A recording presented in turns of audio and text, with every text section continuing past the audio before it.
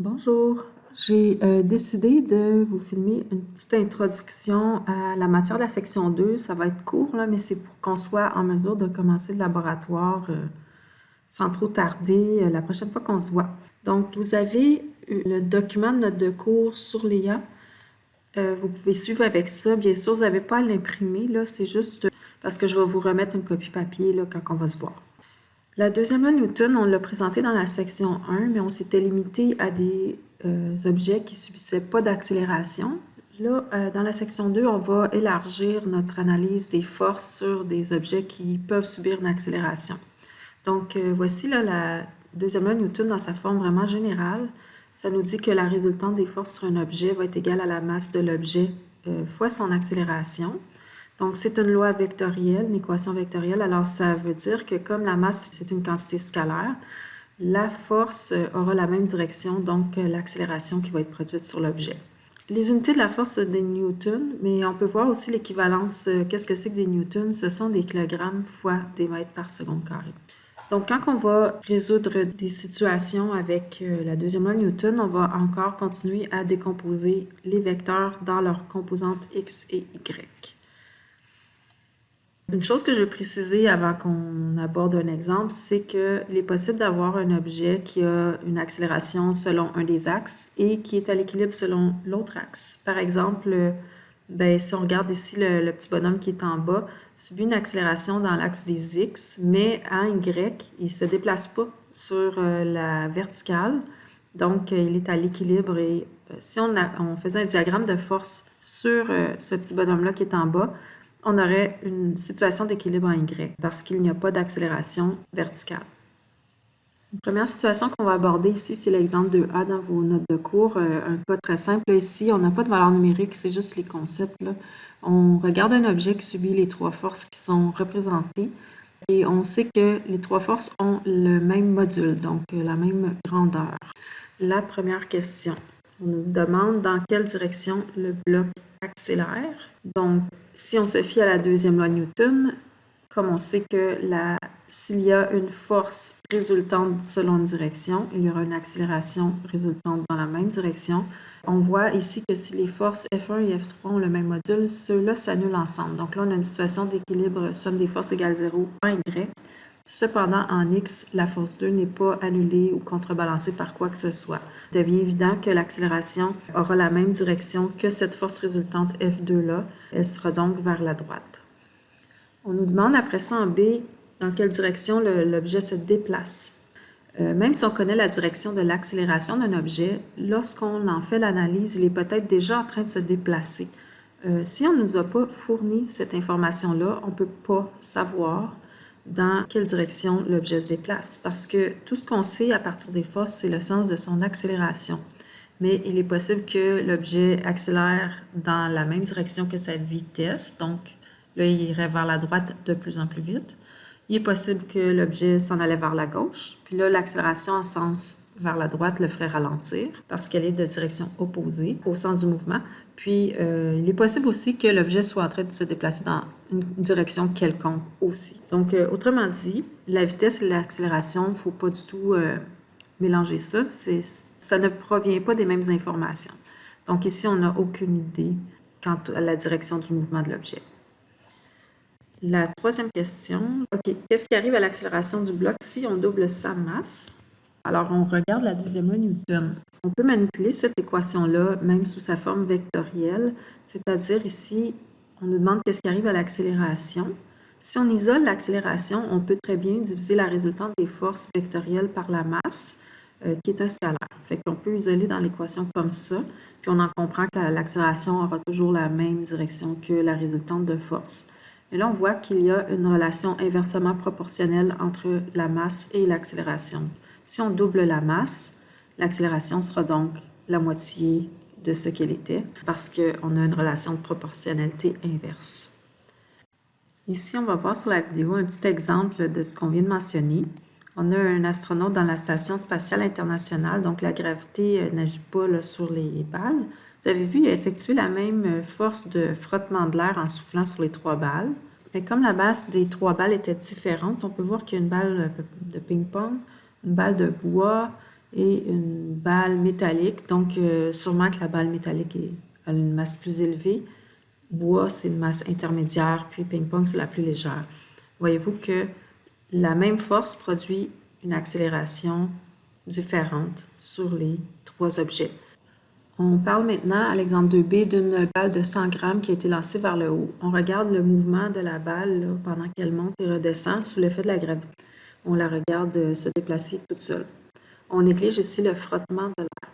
Donc, on demande ça va être quoi son accélération pendant qu'elle monte, pendant qu'elle descend, et qu'est-ce qui arrive encore une fois à l'accélération de la balle si on double sa masse. On sait que la balle, lorsqu'elle va quitter la main de la personne ou l'objet qui l'a projeté, la seule force qui va agir sur la balle pendant son mouvement, ça va être la force de gravité que la Terre exerce sur elle. Donc, son poids ici qui est dirigé vers le bas.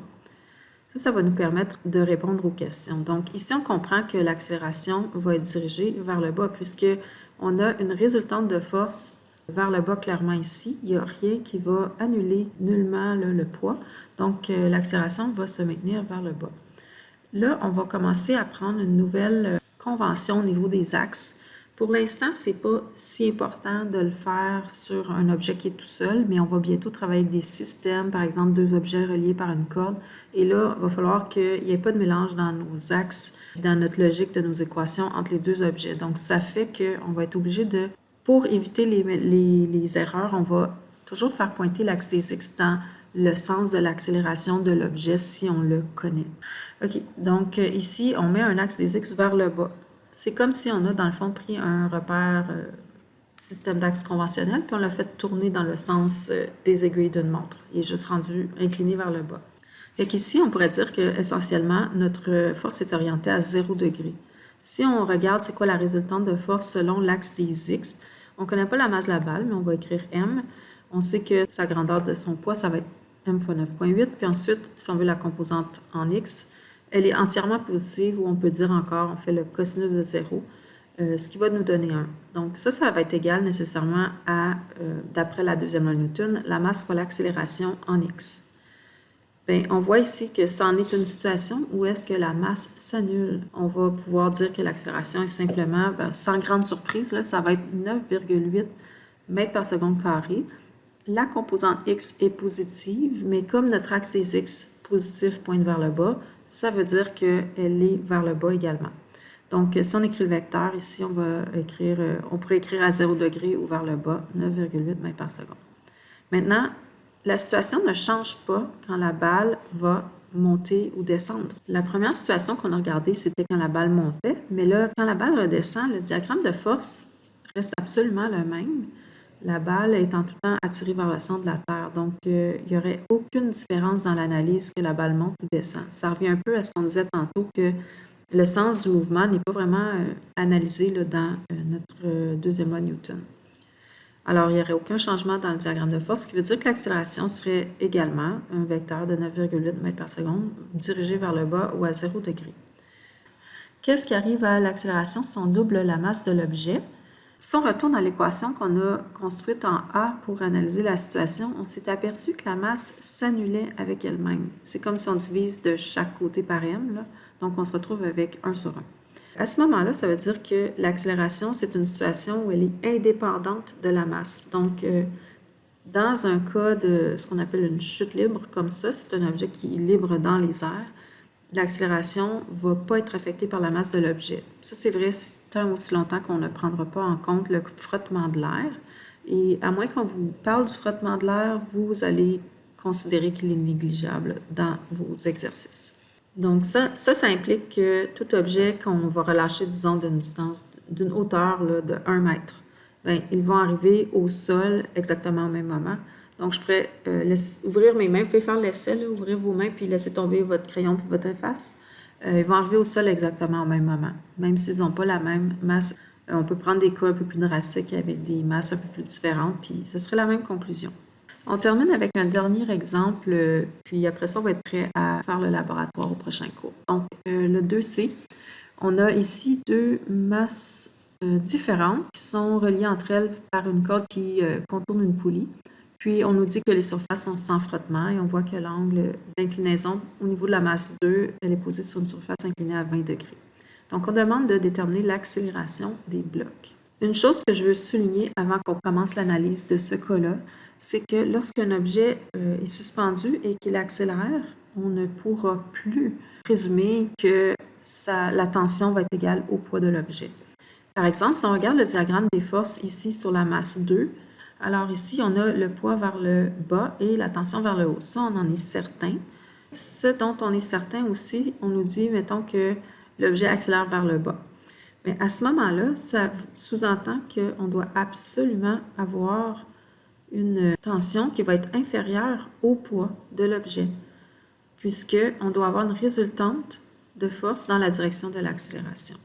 Donc, clairement, si l'objet accélère, la tension ne sera plus égale au poids. On arrive avec notre exemple. J'ai fait déjà les diagrammes de force sur les deux objets et on se rappelle qu'il n'y a pas de frottement. Si on se rappelle le premier exemple, là, on voit que cet objet-là n'a pas le choix que d'accélérer vers la droite parce qu'il n'y a aucune force, puisqu'il n'y a pas de frottement, pour annuler la tension ou même en diminuer l'impact.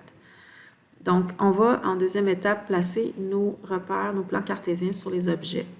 L'idée de faire suivre l'axe des X dans le sens de l'accélération, c'est qu'on a notre accélération qui est inconnue, ici, qu'on va chercher à isoler dans une équation pour chacun des objets.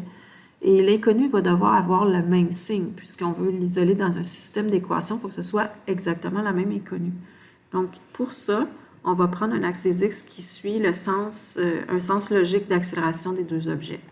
Donc, là, je le sais, c'est quoi le sens de l'accélération? C'est vers la droite pour l'objet 1 nécessairement à cause de comment les forces sont réparties sur lui.